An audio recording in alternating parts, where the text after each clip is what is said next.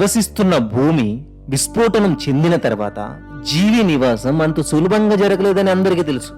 ఈ భూమి ఏర్పాటు అంత తేలిగ్గా జరగలేదు. ఎన్నో పరిస్థితులు సహకరిస్తే గాని భూమి ఏర్పాటు కాలేదు. ఇలాంటి పరిస్థితుల్లో స్వేచ్ఛగా తనని తాను కాపాడుకుంటూ ఎన్నో విపత్తులను అడ్డుకుంటుంది భూమి అవతరణ నుండి ఎన్నో విపత్తులు జరుగుతూనే ఉన్నాయి. జీవి మనుగడతో పాటు మనిషి వృద్ధి చెందుతూ ప్రపంచాన్ని కనిపెట్టిన తర్వాత కూడా అనేక విపత్తులు చూస్తూ పెరిగాడు. ఎన్నో మరణాలు సంతరించుకున్నాయి. 21వ శతాబ్దంలో కూడా అనేక విపత్తులు మనం చూసాం. ముఖ్యంగా సునామీలు, భూకంపాలు చూస్తూనే వచ్చాం. కొన్ని వేల సంవత్సరాల నుండి కూడా అనేక మంది రాబోయే విపత్తులను ముందుగానే గుర్తించి సేఫ్ మార్గాలు ఎంచుకొని తరలి వెళ్లిపోయేవారు. అలాగే ఇప్పటి కాలంలో కూడా అనేక మంది అనేక సార్లు అదిగో భూకంపం, అదిగో సునామీ అని భయాందోళనకు గురి చేసిన వాళ్ళు కూడా లేకపోలేదు. కానీ కొంతమంది చేసే ప్రెడిక్షన్స్ నిజమయ్యి అందరినీ ఆశ్చర్యపరిచాయి. చిన్న చిన్న విషయాలను అంచనా వేయడం వేరే, కానీ విపత్తులను అంచనా వేయడం వేరే.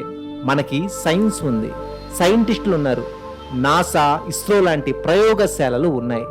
ఎక్కడ ఏం జరుగుతుందో కనిపెట్టగల మేధాశక్తి ఉంది. ఏది ఏమైనా సహజ సిద్ధమైన విపత్తులను అంచనా వేయడం అంత సులభం కాదు. కానీ ఇక్కడ పరిస్థితులు భిన్నంగా ఉన్నాయి. వీరు చేసిన ప్రెడిక్షన్స్ ఎక్కడా మిస్ కాలేదు. వీరి అంచనాలు 100% నిజమయ్యాయి. ఇప్పుడు అదే భయం ఈ దేశాలని పీడిస్తుంది. అవును, జపానీస్ బాబా వంగ పేరొందిన రియో తాసు భవిష్యత్ సంఘటనను ఖచ్చితంగా అంచనా వేయగలరని చాలా సార్లు నిరూపితమయ్యింది. 2025 చివరిలో జపాన్ ఆసియాలోని కొన్ని ప్రాంతాలను మెగా సునామీ ముంచెత్తుతుందని ఆమె అంచనా వేసింది. ఈ సునామీ 2011 సునామీ కంటే 3 రెట్లు పెద్దదిగా ఉంటుందని, పసిఫిక్ రింగ్ ఆఫ్ ఫైర్ ప్రాంతంలోని అగ్నిపర్వత విస్ఫోటనం వల్ల ఇది సంభవిస్తుందని ఆమె వివరించింది. భవిష్యత్తులో జరగబోయే విషయాల గురించి, మానవాళికి సంభవించబోయే ముప్పుల గురించి కొంతమంది అంచనా వేస్తూ ఉంటారు. అలాంటి వారిలో నోస్ట్రాడామస్, ఒరాకిల్ ఆఫ్ డెల్ఫీ, బాబా వంగా ముందు వరుసలో ఉంటారు. వీరు చెప్పిన భవిష్యవాణిలో అనేక విషయాలు జరిగాయి. వాళ్ళు చెప్పారంటే ఖచ్చితంగా జరుగుతాయని ప్రపంచవ్యాప్తంగా చాలా మంది నమ్ముతుంటారు. వీరి బాటలోనే ఓ మంగా ఆర్టిస్ట్ కూడా భవిష్యత్తు గురించి ఖచ్చితంగా అంచనా వేస్తూ గుర్తింపును సంపాదించుకున్నారు. ఆమె పేరు రియో టాట్సుకి. బ్లూ ఆర్చ్ అనే గేమ్ లో ఓ క్యారెక్టర్. భవిష్యత్తు గురించి ఈ క్యారెక్టర్ కు కలలు వస్తూ ఉంటాయి. ఆశ్చర్యకరంగా అవి నిజమవుతూ ఉంటాయి. అందుకే ఈ మంగా ఆర్టిస్ట్ ను జపనీస్ బాబా వంగా అని కూడా పిలుస్తూ ఉంటారు. అయితే ఈ సంవత్సరం చివరిలో ఒక పెద్ద విపత్తు సంభవించనుందని రియో అంచనా వేసింది.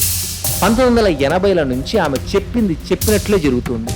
1991లో rock band Queen Freddie Mercury మరణం, 1995లో జపాన్లోని కోబ్లో వినాశకరమైన భూకంపం, 2011తో హుకో భూకంపం, సునామీ, 2020లో కోవిడ్ మహమ్మారి, ఇలా విపత్తులను ముందుగానే అంచనా వేసింది. అయితే 2025 చివరిలో కూడా ఒక భారీ విపత్తు సంభవిస్తుందని రియో అంచనా వేసింది. ఇప్పుడు 2025వ ఏడాదిలో మనం ఉండడంతో ఆమె చెప్పింది జరుగుతుందేమో అని చాలా మంది ఆందోళన చెందుతున్నారు. ఇంతకీ 2025 ఏడాది చివరి గురించి రియో ఏం చెప్పింది? 2025లో జపాన్ ఆసియాలోని కొన్ని ప్రాంతాలను మెగా సునామీ ముంచెత్తుతుందని అంచనా వేస్తుంది. జపాన్కు దక్షిణంగా ఉన్న పసిఫిక్ మహాసముద్రం మరుగుతున్నట్లు, భారీ బుడగలు ఉపరితలంపైకి లేస్తున్నట్టు కల వచ్చినట్లు పేర్కొన్నారు. ఇది నీటి అడుగున అగ్నిపర్వత విస్ఫోటనం లేదా సముద్రపు అడుగు భాగంలో భారీ పేలుడును సూచిస్తుందని రియో చెప్పింది. దీని ఫలితం విపత్తు కావచ్చు.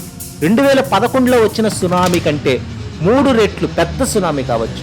ఈ మెగా సునామీ జపాన్ పసిఫిక్ తీర ప్రాంతాన్ని నాశనం చేయగలదని, ఫిలిప్పీన్స్, తైవాన్, ఇండోనేషియా వంటి పొరుగు ప్రాంతాలను ప్రభావితం చేస్తుందని పేర్కొంది. విపత్తు కేంద్రం జపాన్, తైవాన్, ఇండోనేషియా, ఉత్తర మరియానా దీవులను కలిపే వజ్రం ఆకారంలో ఉన్న ప్రాంతంలో ఎక్కడో ఉన్నట్లు చెప్పింది. అలాగే 2 డ్రాగన్ లాంటి ఆకారాలు భూకంప కేంద్రం వైపు కదులుతున్నట్లు కూడా కలలో చూసినట్లు వెల్లడించింది. ఆశ్చర్యకరంగా హవాయి దీవుల సమీపంలో డ్రాగన్ ఆకారపు నిర్మాణాలు ఉన్నట్లు మ్యాప్లు పరిశీలిస్తే కనిపిస్తుందంటూ స్థానికులు చెబుతున్నారు. దీంతో రియో చెప్పినట్లు మెగా సునామీ వస్తుందని చాలా మంది బలంగా విశ్వసిస్తున్నారు. అలాగే Japan Pacific ring of fire వెంబడి ఉందని నిపుణులు అంగీకరిస్తున్నారు.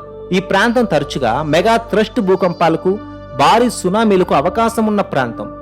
జపాన్ దక్షిణ తీరంలో ఉన్న ఫాల్ట్ జోన్, నాంకే ట్రఫ్ అటువంటి ప్రాంతమే. ఇక్కడ మెగా థ్రస్ట్ భూకంపం సంభవిస్తే అది టాట్సుకి ఊహించినట్లుగానే 30 మీటర్ల కంటే ఎక్కువ ఎత్తులో సునామీ సృష్టించవచ్చని నిపుణులు అంటున్నారు. మరి మీ అభిప్రాయం ఏంటి? ఇదే జరిగితే జపాన్ పరిస్థితి ఏంటి? ఈ అంచనాలు నిజమవుతాయా, తారుమారవుతాయా? మీ అభిప్రాయాన్ని కామెంట్ రూపంలో మాకు తెలియచేయండి. ఈ వీడియో మీకు నచ్చినట్లయితే లైక్ చేయండి, కామెంట్ చేయండి, షేర్ చేయండి. ఈ ఛానల్ని సబ్స్క్రైబ్ చేసుకోవడం ద్వారా ప్రపంచంలోని అనేక రహస్యాలు తెలుసుకోవడంతో పాటు వివిధ వీడియోలు చూసే అవకాశం ఉంటుంది.